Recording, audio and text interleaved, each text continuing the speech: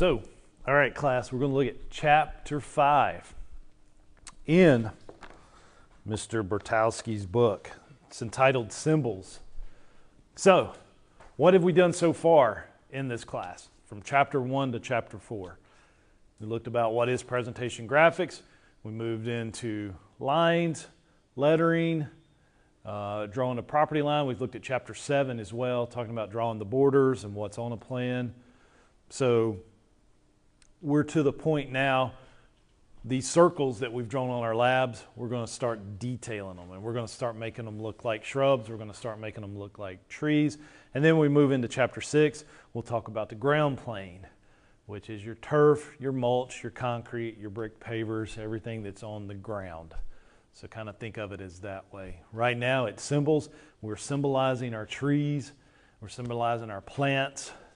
And we're getting to make them look like a landscape design, which is the fun part. Our objectives: we're going to understand the role of symbols in the design.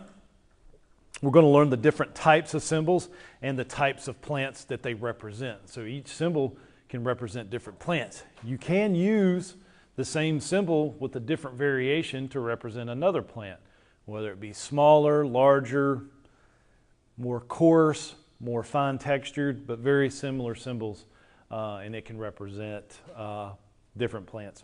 And you'll learn to like different symbols. You'll have your favorites that you'll use over and over again, whether it be representing a loropetalum this week or an Indian hawthorn next week, depending on which plan you're drawing. You'll find yourself using the same symbols. And that's okay. You'll learn the little tricks to make them yours and to represent your favorite plants. We'll learn the basic approach to drawing the symbols. We'll understand how to scale the symbols. And so basically what we're doing is we're taking our circle templates and we're using our scale, whichever we've determined to use on our landscape plan, and we're measuring these circles. And if we need an 8-foot shrub, we're going to scale it out. We'll measure an 8-foot wide circle on your circle templates. And then we'll learn the techniques to shadow the symbols. Now, there are a couple different philosophies on that. Some designers are going to render their shadows on a colored plan. If you're going to color the drawing, I would recommend doing that. If you're not, then yeah, you can throw some shadows on with your pencils or maybe a marker. Preferably a pencil if you're not going to color. But if I'm coloring a drawing, I'm gonna be rendering my shadows with what color marker? Is it purple? Purple, exactly. I've always used purple. Because why? Purple's most common color in the landscape. Yep. Good. Y'all pay attention. And so, let's get started with the basic elements of symbols. And if you guys want to follow along in your textbook on 72, hopefully there's enough light in here. That's why I moved the lamp back here so I could see it. But your center dot is used to indicate a single plant. It is the placement of plants. The dot may vary depending on existing, new, or to be removed. So, remember last week when I was drawing those circles on the board and I was crossing those circles, and then I erased the cross marks in between, and then I went back and put the little dots in the center of the plant. That represents a plant. So you could count the dots. If you have a massing of plants, count the dots. Count the dots. And whether or not you're figuring a plan for installation or you're drawing a plan, make sure that your plant list matches the number of symbols that you have on the plan. A lot of landscape contractors will estimate a plan based on the plant symbols in the legend. I don't advise doing that. I advise counting every single plant, because the number of circles drawn on the planting plan is the number of plants that you need to give the client. And I've seen it where the plant list may say 20, but they've got 22 of a particular shrub. And that's just money out of your pocket, because you're going to get there and you're going to be like, oh, I'm too short. Always count the dots in the center of that plant. Scale. Again, it's the diameter, it's the width of the plant or the canopy. Be sure to explain to the client the relationship of the size of the plant to the actual size that will be planted. Plant placement on the plan will be mature size or almost close to it. We want to draw it to that. Now, you're going to have situations where you're going to draw a plan, it's going to look full, you're going to be proud of it, you're going to be planting some 3-gallon shrubs on the front foundation, you might plant a Foster holly on either corner of the house, you may have a Japanese maple out as a focal point, and it's going to look full and complete on your landscape plan. But when you go to install it, these 3-gallon shrubs are going to look dwarfed compared to what they look like on the plan. That's why you need to tell your client, hey, you know, the plan is to mature size. It's going to look a little small once we get it planted, but it's going to give you time to see your landscape mature and grow. That's why when you go to the nurseries and you pick out your plants, try to pick out the fuller, larger plants. A 3-gallon shrub needs to be in the 3-gallon container for a good while. If they've just stepped it up from a 1-gallon and put it in a 3-gallon shrub, they're really intending on it growing for probably another year. But if you get one, if you pick up a plant and you can tell that it's all, that the roots are not intertwined in the bucket, that means they've just transplanted it. They've stepped it up from probably a 1-gallon to a 3-gallon. It needs another year to mature before you buy it and sell it as a 3-gallon shrub. Because on commercial properties, you're going to have a zoning inspector more likely come out and measure the width and height of each shrub planted. And they're going to tell you, we want our 3-gallon shrubs to be 36-inch minimum. That's hard to find. A shrub that's 36 inches wide, 36 inches tall, in a 3-gallon shrub, what do you think, what plant do you think is going to be that? There's probably one that we could always find, and that's your dwarf Burford, the dwarf Burford holly. Y'all remember that from plant materials, right? Well, those can get to 36 inches in a 3-gallon pot. Probably the only one. Maybe a needlepoint holly as well, somewhere along that line. But your zoning inspectors are always going to say, hey, like 36 inches wide, 36 inches tall needs to be the smallest plant size being installed. But when we are scaling it, again, explain that to your client. This is the mature width, and that's why I like section drawings. That's why I like Pro Landscape. Even if you're doing the planting plan for them, to do a digital image for them and show them over install, and then you can hit growth and show the actual plants grow and become larger, so they'll understand that the plants are a little bit smaller when installed. Yes, sir.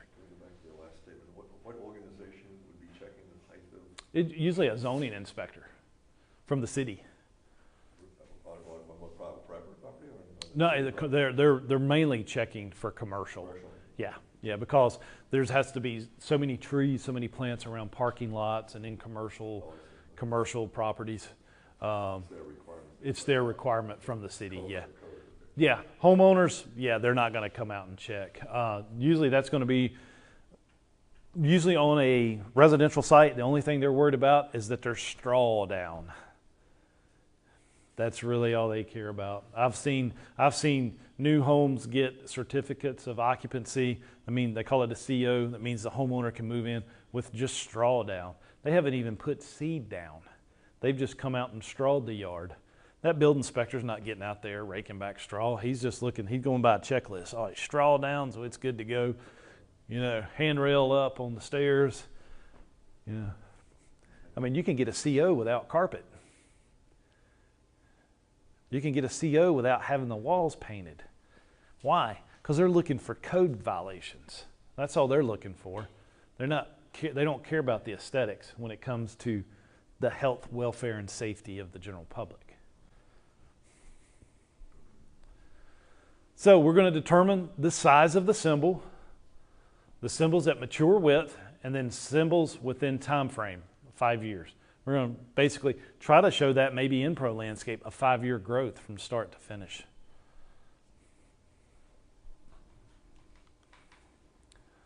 Determine the size of the symbol again. Symbols at 2/3 maturity. These are symbols in like a preliminary design. So I like kind of using that 2/3 rule. I do. So if we have a 15-foot, if we're going to let our Nellie Stevens get 15 foot wide in like a,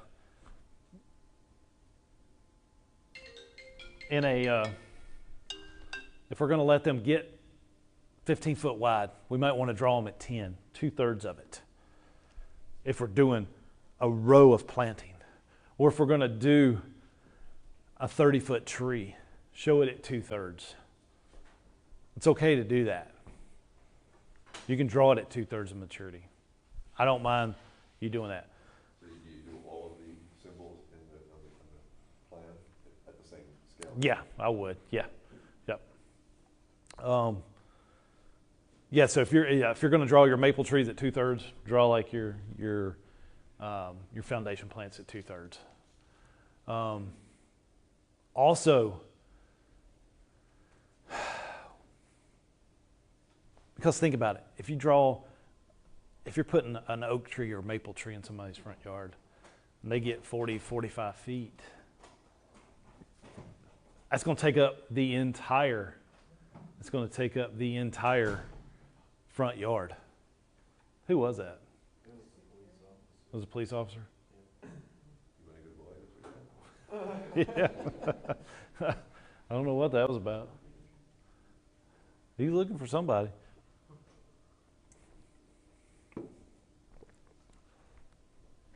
So, general numbers when you have not decided on specific plant materials. Remember, I kind of said that we need to start designing without our plants. Let me see what he needs. So like I said, we're going into the design, and we're really not thinking lower petalums, Indian hawthorns, Foster hollies. We're just going in and we're thinking of sizes. Here are some general numbers that we can use. And they're in the book too. They should be on page, let's see.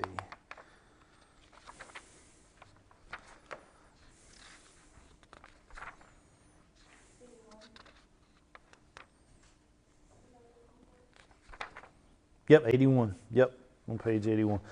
And let's see. Yeah, the book's even saying your larger trees can be drawn 25% to 50%.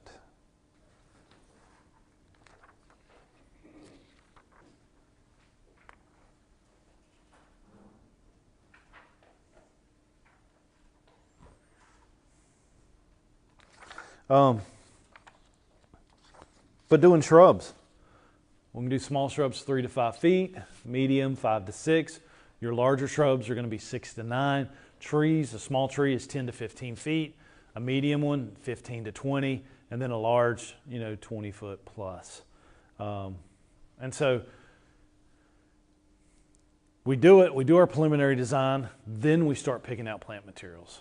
Then you might need to adjust it. But you draw a medium shrub 5 to 6 feet, we're going to get shrubs that'll get 5 to 6 feet. Lower petalum is going to get 6 feet wide if you let it keep growing. The larger, the standard one, not your little rubies and stuff like that, but straight species will. Same thing with, a Hellerai holly. It's going to get 3 to 5 feet wide.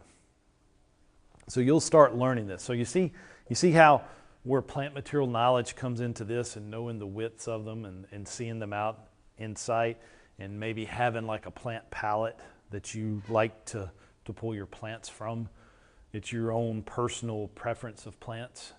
It is an easy thing to do. This guys right here is like, I know, final exam questions and pop quiz questions that would come up for us in this class. Drawing your symbols. Draw the guideline. 4H lead, it should not show through. Now, Again, you could use the blue pencil, but maybe when it starts to get time to drawing these, let's use that 4H. And there's a good picture of that in your textbook. If you look on page, if you look on 83, well, it starts on 82. They're drawing a guideline there in A. And look at B. Look at what they're saying no. Why do you think the one on the left is worse than the one on the right? On page 82. Is there no guideline in that? No? There's no guideline in that no. And having the no guideline, that plant's like all odd shaped. It's weird looking. Almost looks like a football versus a round circle. It's okay to see that guideline even if you ran a print very lightly in the background. So that yes is a definite yes. It's okay to have that. But if you're using a 4H, it's going to be really light, and then you can just mark over top of it. You draw the outline of the symbol. H or HB is darker lines. They radiate from the center dot. Do not use guideline as a baseline. Create the symbol detail. You'd use an H or 2H lighter than the outline. So, again, I like using my fine tip markers. I'm still drawing my plant symbols, my guidelines, doing that in that 4H, and then coming back with the thinner Sharpies or the darker, softer pencils to create more of a, to create the texture and the detail of it. Baseline? Well, a guideline would be the circle. I shouldn't have said it's baseline. Maybe the baseline is your starting point. The baseline is a starting point. You draw it, draw the guidelines as a base, and then, but what they're saying is don't use a guideline as a baseline. It's not going to be the complete drawing. Well, yeah, I thought maybe what you were talking about is like this one here, where you're using that as a baseline. Yeah, well, yeah, and what they're meaning right there, see how they're drawing those flowers to the very edge of it? You want to draw on top of it.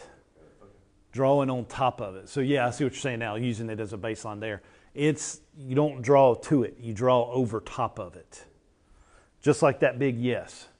It covers it. You don't want your plants to look so uniform and perfectly round as it does on page 83 on the no columns. See where it says the flower and the sun radiant? They're drawing it to the guideline and using it as a baseline. Draw over top of it as in the yes column. My fault. Then again on page 84, compare the no's to the yeses. Now,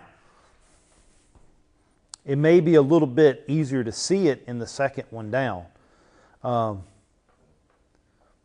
Look at the two trees in the middle. You've got the no and you've got the yes. In your opinion, what's the difference? Because they look very similar. Lining up to the center? They're not lining up to the center? Well, the hand stroke is different. You've got to keep your stroke exactly the same.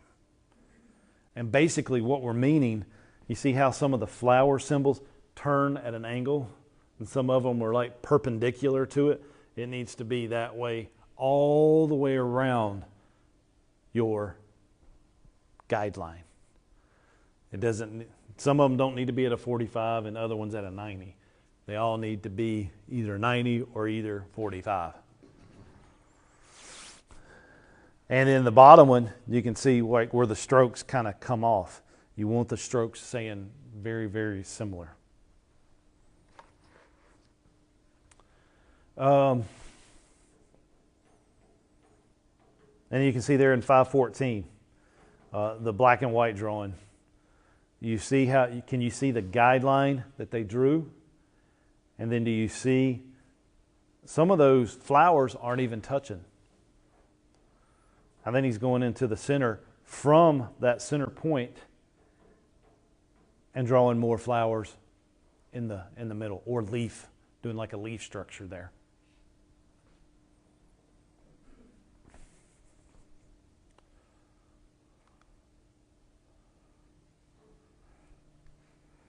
Generic symbols used to represent any type of plant. Figure 515, again, just look at that. Not the prettiest one, but it can represent pretty much any plant. Your broadleaves, if you look on page 87, you have the looping, the irregular, and the umbrella look. And so, look at page 87. You got the better, good, and poor.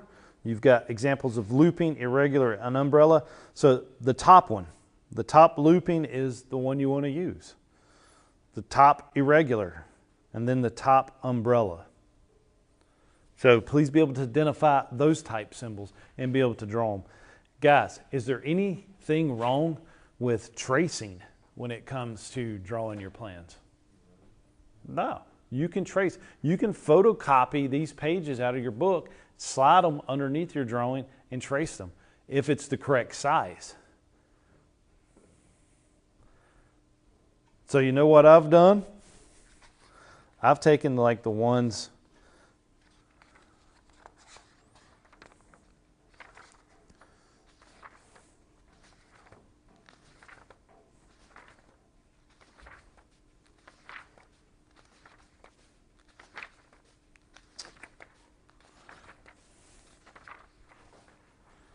It's probably our longest chapter. But I've taken the ones on page 119, 120, 121. I've taken those and I've photocopied them multiple times. So, in that broadleaf symbols on page 119, what scale is that? Like, tell me what scale that is in quarter scale. That very first plant. Should be what? Maybe 4 feet wide? Yeah.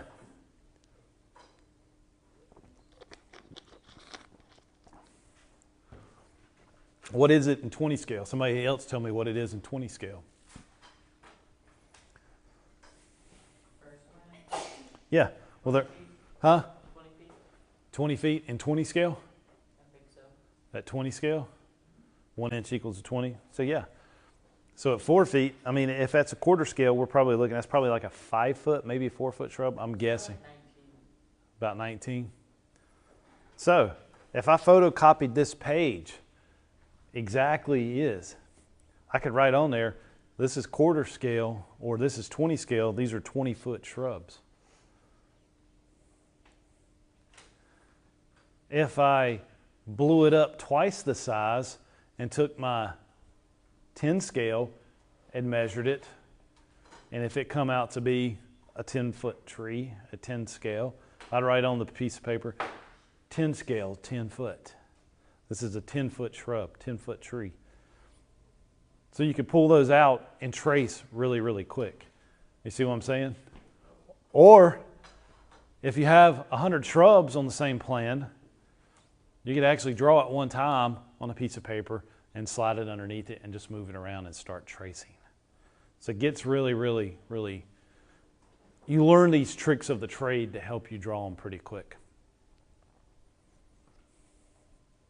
But know those shapes.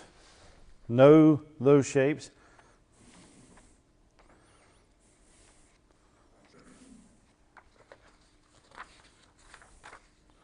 I love our broadleaf detail, again, on page 88.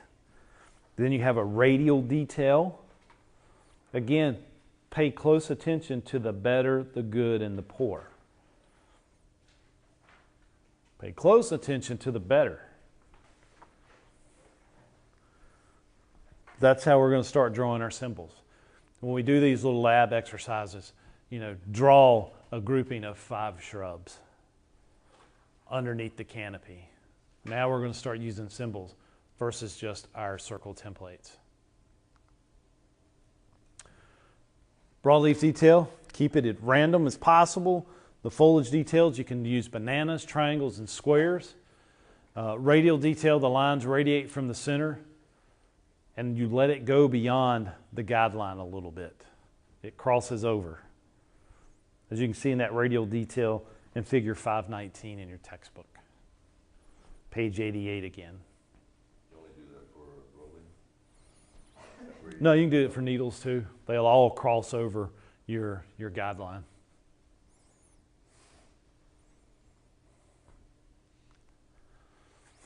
Needles, starting, page 89, it talks about it, and then you've got your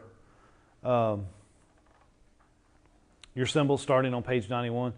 On page 90, what two plant materials do we have there without even looking at the spelling? Y'all should be able to identify those plant materials. What's that top one? Without even reading your text. Huh?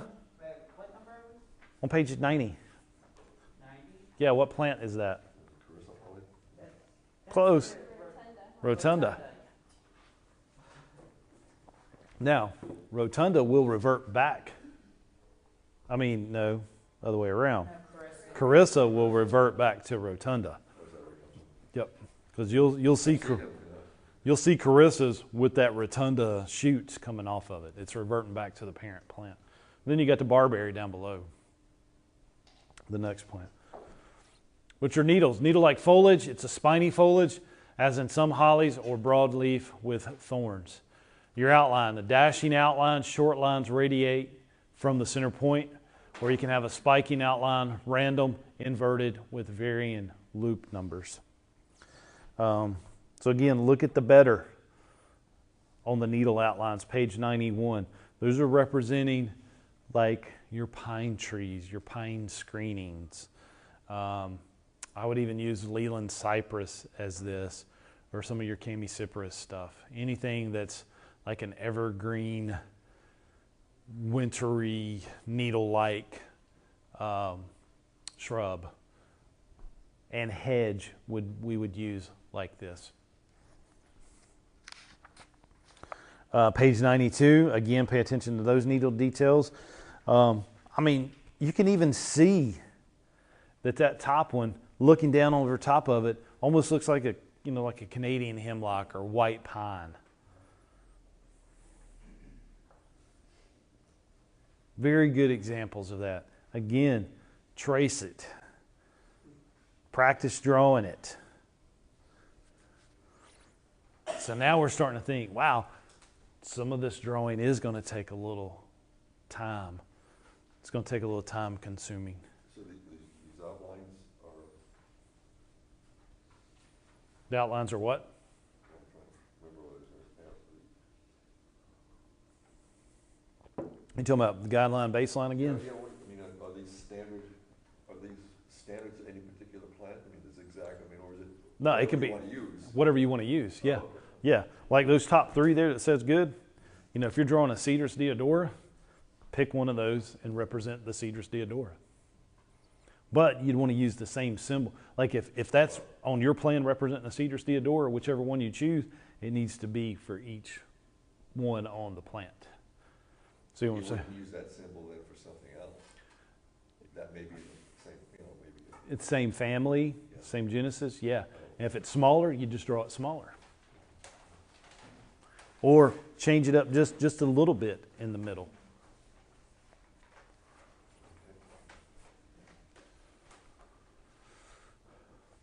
What do you mean by that? Just make it a little bit. Make it smaller. Well, even look at page 93, using the basic radial symbol. Using the tighter lines in the middle, maybe, on the larger ones. If you needed the smaller one, use the basic one. It's really the same symbol, but just a little bit different. Because if you're rendering the plan, you're going to be able to take your markers or your colored pencils and throw some detail in there that's going to pop it. Because that Cedrus deodora, you could probably use that symbol for your Cedrus deodora, and then you may want to use it for a Leland cypress. just a little bit different. But if you're coloring it, the Leland cypress has what color in it more than the Cedrus deodora almost has a what kind of tint to it? Like a bluish tint, grayish, bluish kind. So you'd use pencils like that to show that that is a Cedrus deodora. Leland cypress is more of a true green, a green. So you'd use like a grass green marker or a true green colored pencil to show that that is that. And again, this is what we're showing our homeowners. We're probably not going to give a detailed plan like this to the installer to build. They want to use circles. They want to see circles. That's just easier. That way they can take their scale from the plan from point to point, because that helps us determine the spacing of the plants too. If we've done all this fancy detail coloring and stuff, it's harder for the installer to install it. They want simple, clean lines. And when we put together a design packet, we'll give a planting plan to the landscape contractor to install. He or she's not going to see the master plan, colored, rendered drawing. So the radial and the needle are really for different plants. So if I had a cryptomeria, I would use the radial as an example. Yeah, that would be. Carissa would be then Carissa, I would use broadleaf because even though it's got the needles, it's still individual leaves. And whereas, what plant did you say? The cryptomera? Yeah, those just seem like the long fingers almost seem like the needles out of it. Yeah. A zigzag outline, sharp point inside. We're talking about probably that middle one right there on page 92. Then you can have dash, spiking, zigzag, and repeated pattern on the interior. Ma'am. Jerry and I just had a question. Can we create our own symbols? Like, does that have to be exactly? Everybody mostly uses these. Pretty much. But yes, you can come up with your own. But, again, uniformity, consistency, don't use the guideline as the baseline, as we just discussed. And when you say design something, don't come up with something so off the wall. Take these and kind of combine of what's already there. Mix and match of what's already. Again, it's like, don't reinvent the wheel. They're paying for your design on what you know about the plant materials and the space. Again, like I've said, some of the best designers I know can't draw a pretty picture. Some of the worst designers I know can draw a beautiful picture. You'd rather be the good designer because you want it to look good when it's implemented and have a functional design that people can use. You want to have a driveway that people can get in and out of, a parking lot that people can get in and out and feel safe and not have bump ups in the parking lot because of the way you laid it out. You want to have a functional space in someone's backyard because it's easily accessible from the front, but it's also hidden. You see what I'm saying? Difference between a pretty picture and a pretty design.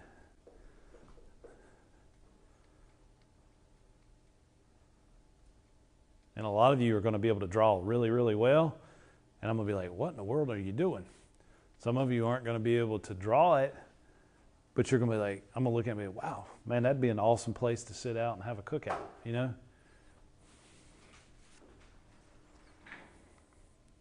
But we can teach ourselves to draw. And over time, we'll learn what is good design. Branching. Your deciduous trees, they have those stronging branch habits. So you're automatically thinking crepe myrtle, Japanese maple, sugar maple, red maple for shade trees, willow oaks, stuff like that. Your deciduous trees, your shade trees. Branched outline may or may not need an outline. And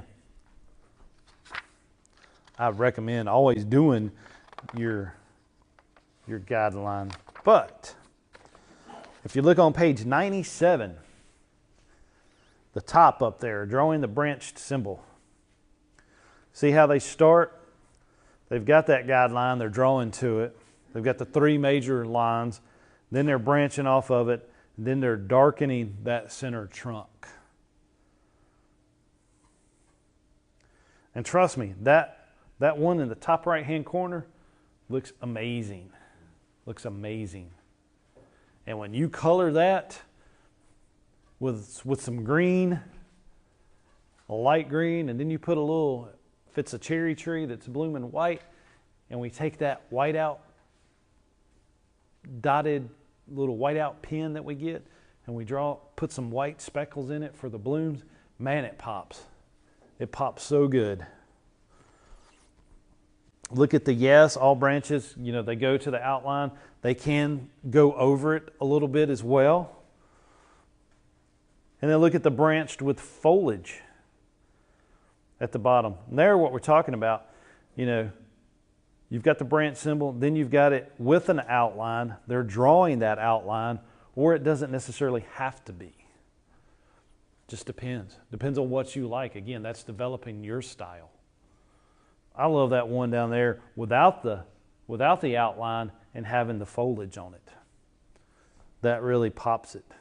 And that can represent crepe myrtle, that can represent jack maple, that can represent willow oak, anything, as long as you tell us what it is in your plant symbol.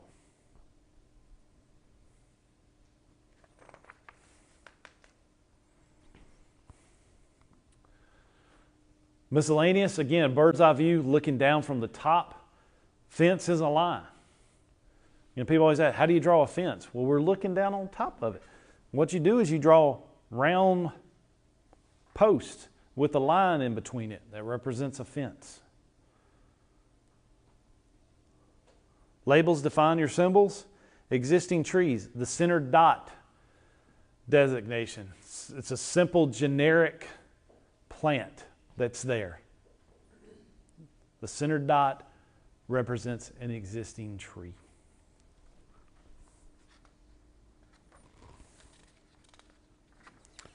They're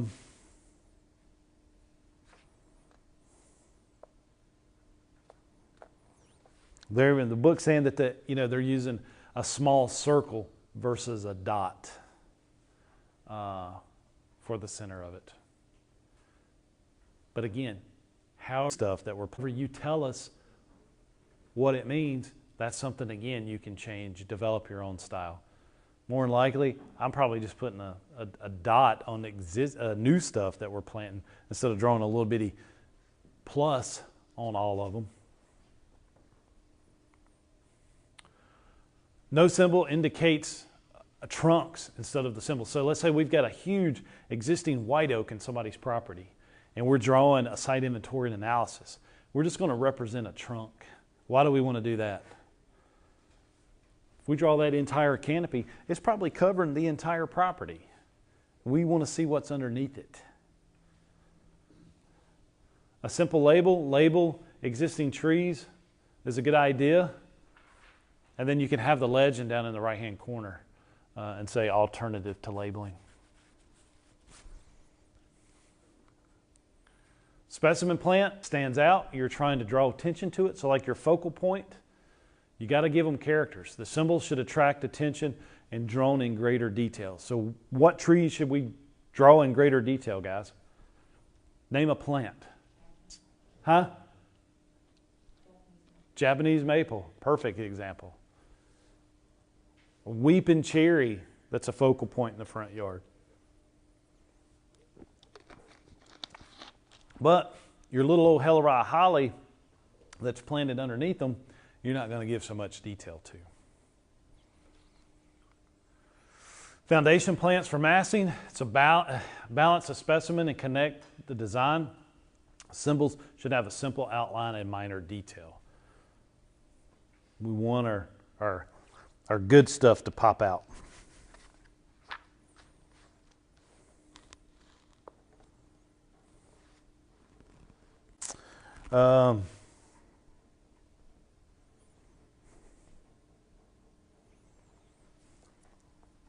Trying to think of what to say about canopies.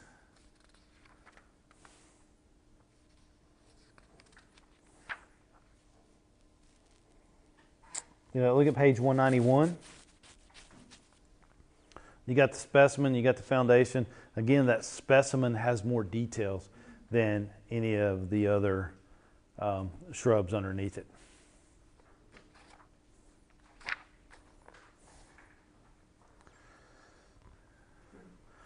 Looking at figure 539 on 104, you got the canopy, keep it overhead.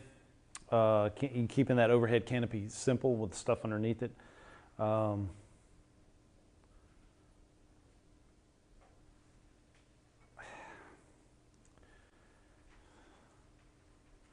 You got to see what's underneath it. You really do. Even though I personally like where it says what's underneath, I kind of like showing that a little bit. But I'll show you techniques with markers of how to pop that underneath. Complexity. Focus on making the drawing easy to read. Do not try to create unique symbols for each plant. Hint, hint, guys. It can become chaotic. Change the complexity and scale of the same symbol to get more choices. Because what have I told you from day one? Just what? Draw. Just draw. A lot of you will sit there and think, I got to create this new symbol to represent this plant. No. Mix it up by using the same stuff. Now, yeah, if you're bored at home and want to design this whole new plant symbol palette, go right ahead. But when it comes time to, again, final exam time, you want to use something that's just a repeat. Change it up a little bit to represent different plant materials. Keep simple, allow underneath to be viewed easier, the overhead canopies. Texture can be decided by the size of the leaf, larger leaf or coarse texture. Look in your book, page 105. Look how they're doing the fine texture. It's very, very small compared to the larger one. And so when you are drawing your shrubs like that, which one do you think would represent a boxwood better? The one on the left or the one on the right? One on the left. When I'm looking at something on the right, that coarse one, I'm thinking probably Indian hawthorn. I'm thinking rhododendron, something that has a little bit bigger leaves. Mass planting, plant small to medium shrubs in a group, allow them to grow together, creates a larger form using several plants. Symbol for massing the plant should overlap. Draw outline around the outside mass and provide center dot for each plant. And we've got that, starting on page 108. Look at the poor and the good. Remember that first little exercise when I said draw 5 groups, draw a group of 5, make sure that 3 of them are underneath the canopy of the tree. That good. They overlap. They overlap. They're not individual circles when you're doing a mass planting. There they're connecting the lines on page 109. That can be done, on a planting plan. I would never do it on a master plan. And then look at the yes and the no's. Even the needle ones down there, they just does not look good. But look at the 2 yeses, especially that top one. And they've got some shadowing on it. See what that shadow does? Almost makes it 3D. It makes it look like it's popping off the page.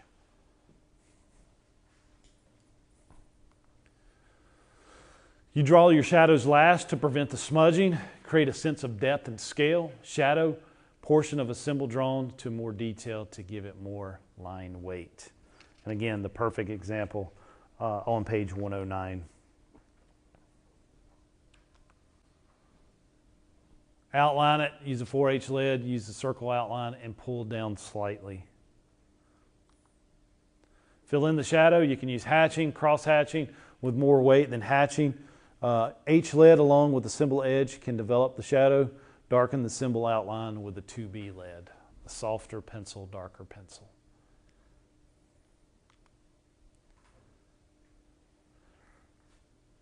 Show the guideline, place the shadow on ground plant, not other plants. Longer shadow for larger plants. Outline needs to reflect the form of the plant. Remember that. It don't need to look like just a little half moon below it. It needs to resemble the actual plant. At them last, they must fall in the same direction. Why? Light. Yeah, the sun will cast shadows in the same direction during the day. I like drawing them to the southeast. I mean, it's basically the way everybody should do it. Just like on page 110, everything is coming off that one tree, it's coming down to the southeast. So your sun is kind of setting, it's higher in the sky, it's past noon, you're showing that mid to late afternoon shadow. And the shadow cast towards the southeast. Any questions? If it's a different type of tree, I think I'm remembering here, they're like a tree with a point, make the shadow, a pointed shadow, or? Yeah, like a Christmas tree. You would kind of draw it, the shadow, like in a triangle form from it. Yeah. Yep. Please read this chapter. Read this chapter. Tomorrow we're going to do an exercise related to symbols. And then we'll get into ground planing on Friday. So, Is this the exercise? yeah, we're going to continue with that and then move into another one. There's part 1 and part 2 to that. Yep, for chapter 5 exercise. I've got 2.